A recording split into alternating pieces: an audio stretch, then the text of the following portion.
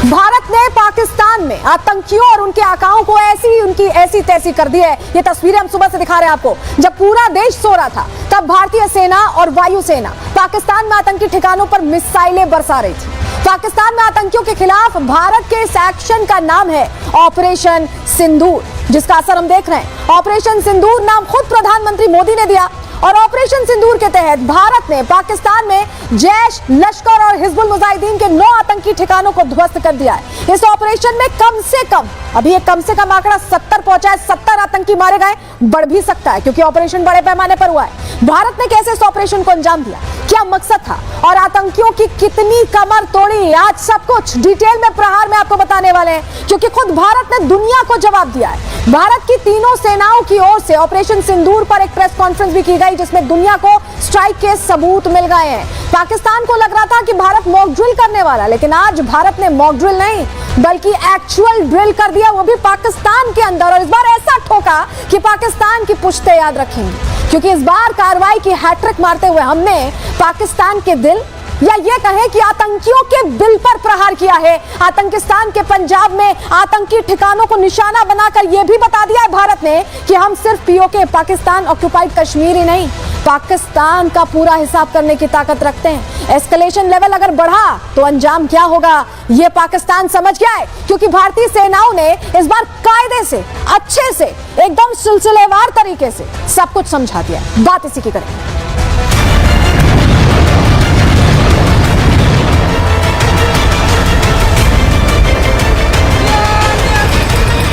पहलगाम आतंकवादी हमले की जांच से पाकिस्तान के साथ आतंकवादियों के संपर्क उजागर हुए। ऑपरेशन सिंदूर 22 अप्रैल को पहलगाम में हुए विभत्स आतंकवादी हमले के शिकार मासूम नागरिकों व उनके परिवारों को न्याय देने के लिए लॉन्च किया गया था। इस कार्रवाई में 9 टेररिस्ट कैंप्स को टारगेट किया गया और पूरी तरह से इसे बर्बाद किया गया। भारत ने इस तरह के सीमा पार हमलों का जवाब देने और उन्हें रोकने तथा उनका प्रतिरोध करने के अपने अधिकार का प्रयोग किया है।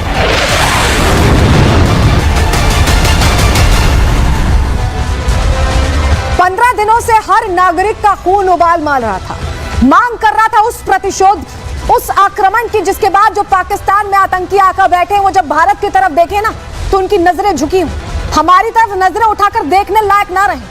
और अब वो प्रतिशोध पूरा हुआ है, लेकिन कहा यह भी जा रहा है कि अभी तो महज ये शुरुआत है, अभी पिक्चर बाकी है। लेकिन इसी इतनी छोटी सी पिक्चर में या ये कहे कि ट्रेलर में भारत ने ऐसा सबक सिखाया है कि आतंकिस्तान खून के आंसू रो रहा है। और ये सबक ऐसा कि दुनिया भी देख रही है कि भारत से पंगा लेने के बाद कैसे ऐसी की तैसी पाकिस्तान की है। भारत ने खुलकर बता दिया है, खुलकर मैसेज दिया है पूरी दुनिया को कि भारत पर अगर नजरें तरेरी गई तो आंखें निकालने की ताकत भारत रखता है। क्यों हम ऐसा कह रहे हैं? क्योंकि ऑपरेशन सिंदूर सफलता से पूरा कर लिया गया है। और ऑपरेशन सिंदूर जब आप सुनते हैं तो आपके दिमाग में एक बात आती है, सिंदूर, जिससे महिला का सुहाग जुड़ा होता है, उसकी पूरी जिंदगी जुड़ी होती है। क्योंकि हमारे धर्म में तो हमको यही सिखाया जाता है, धर्म पूछकर मारा था ना, तो जवाब भी वैसा ही दिया है। जानकारी आपको दे रहे हैं, आतंकियों ने धर्म पूछकर अटैक किया था। आतंकियों ने कई माओं के बेटे छीन लिए थे, कई बच्चों के सर से पिता का साया छीना था, कई पत्नियों की मांग का सिंदूर उजाड़ा था।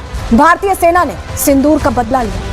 सेना ने धर्म नहीं, आतंकी ठिकाने देखकर मारा है। लेकिन ऑपरेशन सिंदूर से हम बता रहे हैं कि आप अगर धर्म पूछकर हमको मारेंगे तो हमारे लिए सिंदूर की क्या वक़्त है, क्या उसकी वैल्यू है, हमारे लिए कितने मायने रखता है, उसके तहत हम इंसाफ भी पूरा करेंगे और सच्ची श्रद्धांजलि दी गई है ऑपरेशन के जरिए। इस बीच बड़ी खबर आ रही है, आपको बताएं, पाकिस्तान पर भारतीय रक्षा मंत्री का बयान आ गया है। रक्षा मंत्री राजनाथ सिंह ने कहा है कि रात को भारतीय सेना ने सटीक कार्रवाई की। पाकिस्तान में आतंकी अड्डों पर सेना ने सटीक कार्रवाई की है। सेना ने मानवीय पहलुओं का ध्यान रखा है। रक्षा मंत्री ने कहा, हमने उन्हीं को मारा जिन्होंने मासूमों को मारा, किसी आम नागरिक को नुकसान नहीं हुआ है। सेना के शौर्य का नमन करता हूं। रक्षा मंत्री ने कहा, हमने बजरंग बली के आदर्शों का पालन किया है, क्योंकि मंगलवार का वो दिन था जब ये अटैक किया गया देर रात और पाकिस्तान हतप्रभ रह गया। सुनिए रक्षा मंत्री ने क्या कहा। जैसी कि आप सबको जानकारी है कि कल रात हमारी भारतीय सेनाओं ने अपने अद्भुत शौर्य और पराक्रम का परिचय देते हुए एक नया इतिहास रच दिया है। साथियों, भारत की सेना ने सटीकता, सतर्कता और संवेदनशीलता के साथ कार्रवाई की है। हमने जो लक्ष्य तय किए थे उन्हें ठीक समय तय योजना के अनुसार सटीकता से उन्होंने ध्वस्त किया है और किसी भी नागरिक ठिकाने, सिविलियन पॉपुलेशन को जरा भी प्रभावित न होने देने की संवेदनशीलता भी हमारी सेना ने दिखाई है। यानी एक तरीके से देखा जाए तो हम कह सकते हैं एक तरीके की सटीकता, सतर्कता और मानवीयता यह हमारी भारत की सेना के जवानों ने दिखाई है, जिसके लिए मैं हमारे सेना के जवानों और अधिकारियों को पूरे देश की ओर से मैं साधुवाद देता हूं और सेना को संपूर्ण संबल प्रदान करने के लिए अपने प्रधानमंत्री माननीय नरेंद्र मोदी जी को भी मैं साधुवाद देता हूं।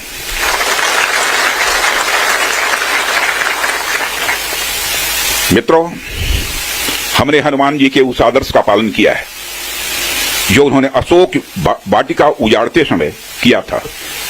जिन मोहि मारा तिन मोहि मारे। हमने केवल उन्हीं को मारा जिन्होंने हमारे मासूमों को मारा। साथियों, प्रधानमंत्री श्री नरेंद्र मोदी के नेतृत्व में हमारी सेनाओं ने ऑपरेशन सिंदूर लॉन्च करके पहले की तरह ही इस बार भी आतंकियों को ट्रेनिंग देने वाले कैंप्स को तबाह करके करारा जवाब दिया है। सुना उन्होंने बताया कैसे करारा जवाब दिया गया है, लेकिन आप ये समझिए कि ये जो पूरा ऑपरेशन हुआ है ये अपने आप में कई मायने रखता है। जब इसका नाम आप ऑपरेशन सिंदूर समझते हैं तो हम क्यों ऐसा कह रहे हैं आपको बताते हैं। ऑपरेशन सिंदूर से उन महिलाओं का वो दर्द जुड़ा हुआ है जो 15 दिन से इस इंसाफ का इंतजार कर रही थी। ये 2 तस्वीरें देखिए और सुनिए कि कैसे सिंदूर की कीमत अभी आतंकी खून देकर अदा कर रहे हैं। सुनिए सर।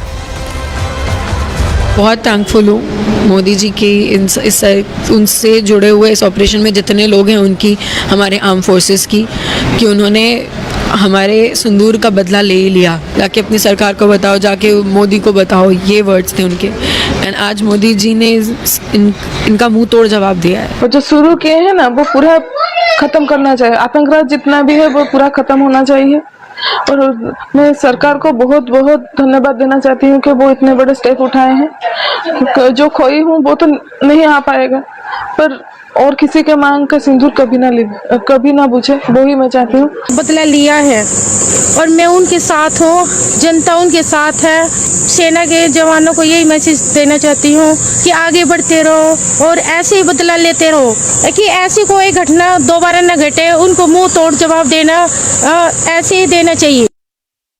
तो प्रतिशोध पूरा कर लिया गया। कैसे पूरा किया गया डिटेल आपको बता देते हैं। पहलगाम आतंकी हमले में बदला हमारा पूरा हुआ है। भारत ने पाकिस्तान में घुसकर एयर स्ट्राइक की है और पाकिस्तान के आतंकी ठिकाने निस्नाबूद हो गए। एयर स्ट्राइक में जैश के 4 ठिकाने तबाह हुए हैं। लश्कर के 3 ठिकानों पर भीषण बमबारी की गई है। हिजबुल के 2 टेरर कैंप्स पर जबरदस्त हमला हुआ है और भारत की पाक में घुसकर ये तीसरी बार स्ट्राइक है। तीसरी बार ये ऐसा प्रहार किया है। 2019 में पुलवामा के बाद एयर स्ट्राइक हुई थी, आपको याद होगा। बालाकोट में 300 आतंकियों की मौत हुई थी। 2016 में उरी हमले के बाद सर्जिकल स्ट्राइक की गई थी और सर्जिकल स्ट्राइक में 250 आतंकियों को मारा गया था और एक बार फिर हमने हैट्रिक लगाते हुए फिर से घुसकर पाकिस्तान में मारा है। लेकिन ये जो सब कुछ हुआ है, ये 25 मिनट, महज 25 मिनट में पूरा किया गया है। 25 मिनट का वो समय था जब समय का चक्र चल रहा था और पाकिस्तान के लोग सो रहे थे, लेकिन उस 25 मिनट के दौरान तस्वीर बदल गई पाकिस्तान।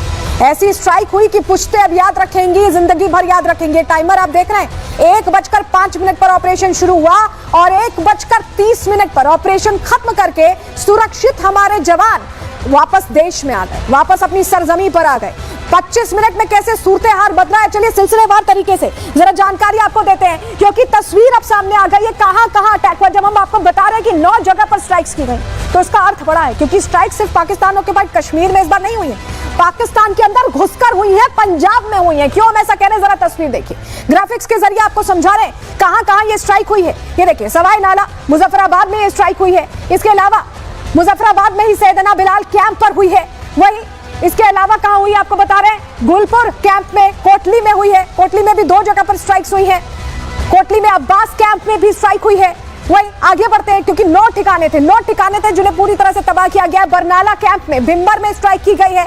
वहीं सियालकोट, देखिए अब हम करीब जा रहे हैं, हम पाकिस्तान के अंदर जा रहे हैं, बिल्कुल बीच वाले इलाके में, पंजाब में जा रहे हैं। सियालकोट में ममूना जोया कैंप में हुई है, सियालकोट में ही सर्जल कैंप में हुई है। वहीं मरकज तैयबा कैंप मुरीद के, ये आतंकियों का प्रशिक्षण केंद्र माना जाता है, यहां पर हुई है। और बहावलपुर मस्जिद सुभान अल्लाह, यहां पर अटैक किया गया। और ये आप पाकिस्तान का नक्शा देखेंगे ना तो ये वो पंजाब है, यहां से लाहौर 30 किलोमीटर है, बगल में इनका कराची है, इस्लामाबाद है। तो ये पाकिस्तान समझ जाए कि जब हम यहां तक पहुंच सकते हैं ना तो पूरा सफाया भी कर सकते हैं। और यही उनके लिए चिंता का विषय हो गया है, यही उनके लिए समस्या का विषय हो गया है। लेकिन चलिए जरा आपको बताते हैं कि जो 9 ठिकाने हैं जहां पर यह अटैक हुआ है वहां क्या क्या तस्वीर कैसे पलटी है। बहावलपुर की बात करें तो यहाँ पर मस्जिद सुभान अल्लाह में जैश का हेडक्वार्टर्स हुआ करता था, इसलिए यहाँ पर हमने अटैक किया। मुरीद के क्यों हमने टारगेट किया? क्योंकि यहाँ पर कसाब और हेडली जैसे जो आतंकी वो ट्रेंड हुए थे मरकज तैयबा कैंप में, इसलिए इस कैंप को टारगेट किया।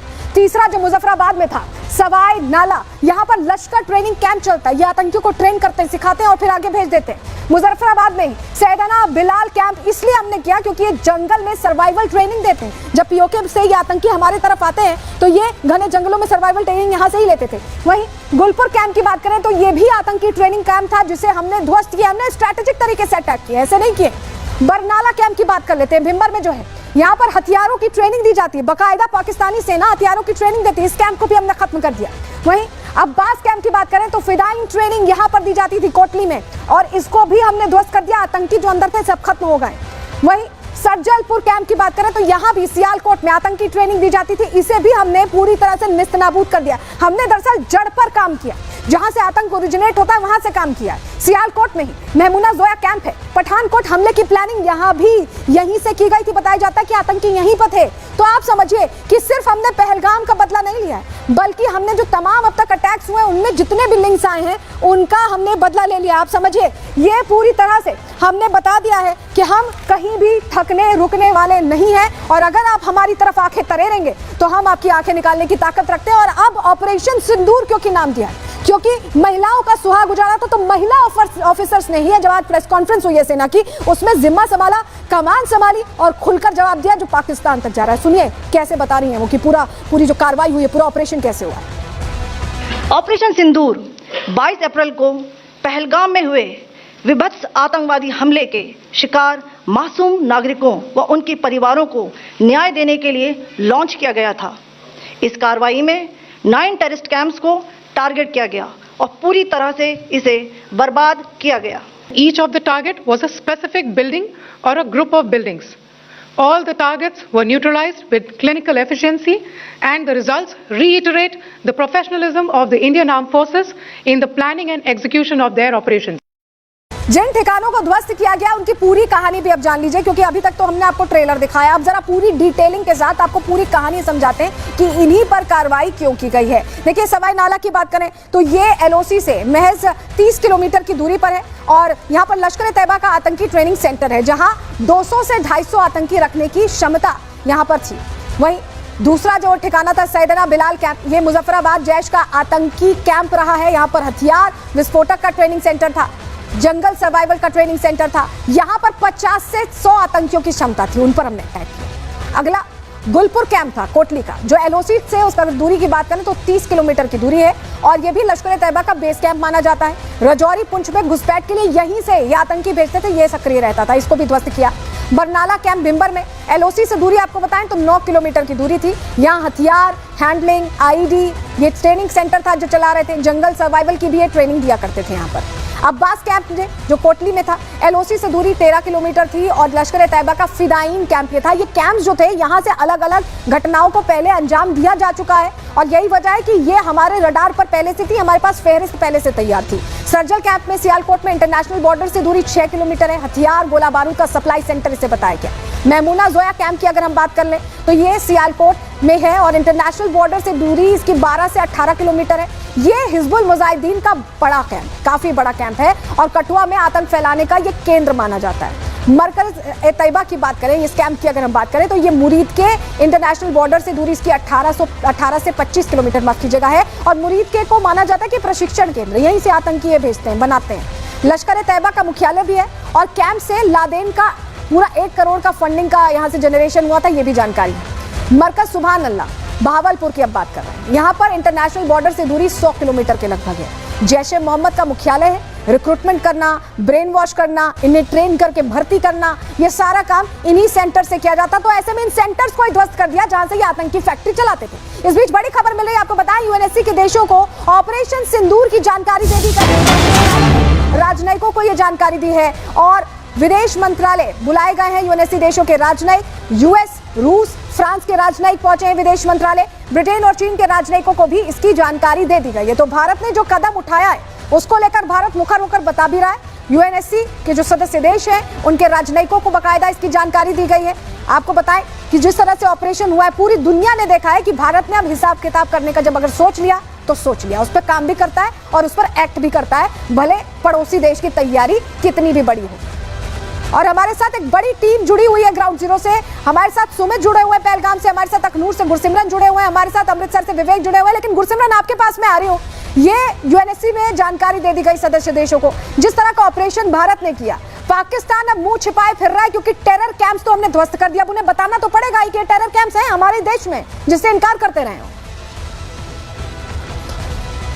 देखिए, यूएनएससी की अगर बात की जाए तो हमेशा से पाकिस्तान जो है चीन की वीटो पावर का प्रयोग करके ही अब तक बचता आया है। कहीं ना कहीं अब भी पाकिस्तान उसकी कोशिश करेगा, लेकिन भारत ने जो है यूएनएससी के सभी सदस्य देश, चाहे अमेरिका हो, रूस हो, फ्रांस हो, उनके सामने स्पष्ट तरीके से जो है एक जो है पाकिस्तान की करतूतों का काला चिट्ठा जो है वो वहां पर रख दिया है कि पाकिस्तान ये करतूतें करता था, यहाँ पाकिस्तान के आतंकी ठिकाने थे और इन्हें जो है भारत की तरफ से ध्वस्त किया गया है। कौन सा आतंकी ठिकाना किस आतंकी हमले में शामिल था, उसकी भी पूरी जो डिटेल्स हैं वो भारत की तरफ से यूएनएससी के मेंबर्स को दी गई हैं। इसके अलावा ड्रोन स्ट्राइक्स के वीडियो जो भारतीय सेना समय समय एक डेढ़ घंटे बाद जो है वो ट्वीट कर रही है, वो यूएनएससी मेंबर्स को दिखाई गई हैं कि किस तरह से प्रिसीजन स्ट्राइक्स भारत की तरफ से की गई। भारत ने जो है अंधाधुंध वहां पर टारगेटिंग नहीं की। भारत को पता था कि उसके आतंकी दुश्मन और आतंक के ठिकाने कहां पर हैं, उसी पर टारगेट किया गया और तकरीबन ये जो 20 से 25 मिनट ये पूरा ऑपरेशन चला है, इस ऑपरेशन को भारत ने जो है कितनी सटीकता से अंजाम दिया। आप ये समझिए कि अभी तक पाकिस्तान ये नहीं कह पाया है कहीं भी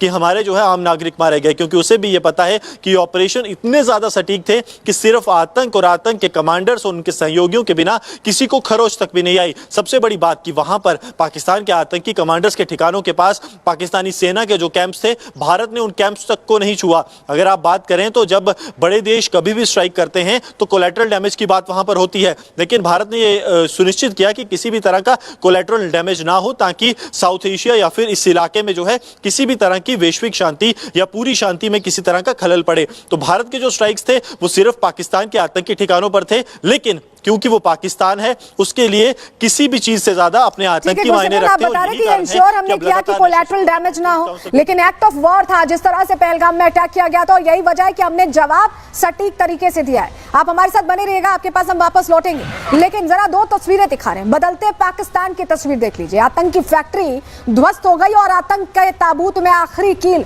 भारत कभी भी ठोक सकता है। और ये जो ताबूत लेकर जा रहे हैं, ये सुपुर्दे खाक करने जा रहे हैं अपने आतंकी भाइयों को जिन पर प्रहार किया है भारत ने। और आतंक के ताबूत की तस्वीरें देखिए, और यहां आपको हैरानी यह भी होगी कि यहां पर पाकिस्तान की जो आर्मी है वो मौजूद है। ये स्थिति है, तो ये बता रहा है कि कैसे आतंक को समर्थन पाकिस्तान की तरफ से हमेशा रहा है और तस्वीर ऐसी ही आई है। लेकिन हम जिस तरह से कदम उठा चुके हैं उसका असर अब पाकिस्तान में दिख रहा है। जरा तस्वीर देख लीजिए, ये सुबह की तस्वीर है। रात 1:30 पर ऑपरेशन कंप्लीट हो गया था और ये वो तस्वीर है। मरकज तैहा कैंप ध्वस्त हो गया। देखिए, मुरीद के मुजफ्फराबाद की तस्वीरें आपको दिखा रहे हैं। यहाँ पर वो निशान है जो पूरे दुनिया को बता रहे हैं कि भारत ने कैसे स्ट्राइक किया।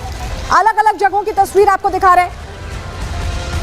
और चलिए ये देखिए, ये मुरीद के मुजफ्फराबाद की अगली तस्वीर। तबाही के निशान यहाँ नजर आ रहे हैं। आप देखिए सब कुछ ध्वस्त है और लोग भी जो आम लोग हैं वो भी बाकायदा पहुंच के वीडियो बना रहे हैं। उनको भी लग रहा है ये क्या हो गया, ये भारत ने क्या कर दिया। और हमारी सरकार रोक भी नहीं पाई, जो कह रही थी कि हम तैयार हैं, हमें एटमी ताकत है।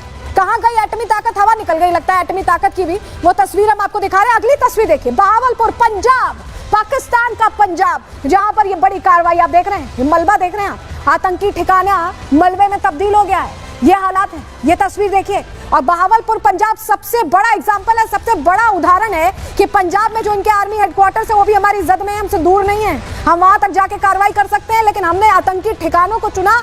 क्यों चुना? क्योंकि हम मैसेज दे रहे हैं कि हमारे लिए वही दिक्कत की बात है। ये तस्वीर देखिए, यहाँ पर जैश का ट्रेनिंग कैंप था। ये जो पूरा इलाका आप देख रहे हैं ना, यहाँ पर ट्रेनिंग चलती थी, आतंक की फैक्ट्री चलाई जाती थी, आतंक का पाठ पढ़ाया जाता था और उसको हमने पूरी तरह से बदल दिया है। तस्वीर बदल गई है क्योंकि हमने एक्शन लिया और इस कदर एक्शन लिया कि जैश के जो आतंकी हैं उनकी यहाँ पर शैया बन गई, ट्रेनिंग तो हो नहीं पाएगी।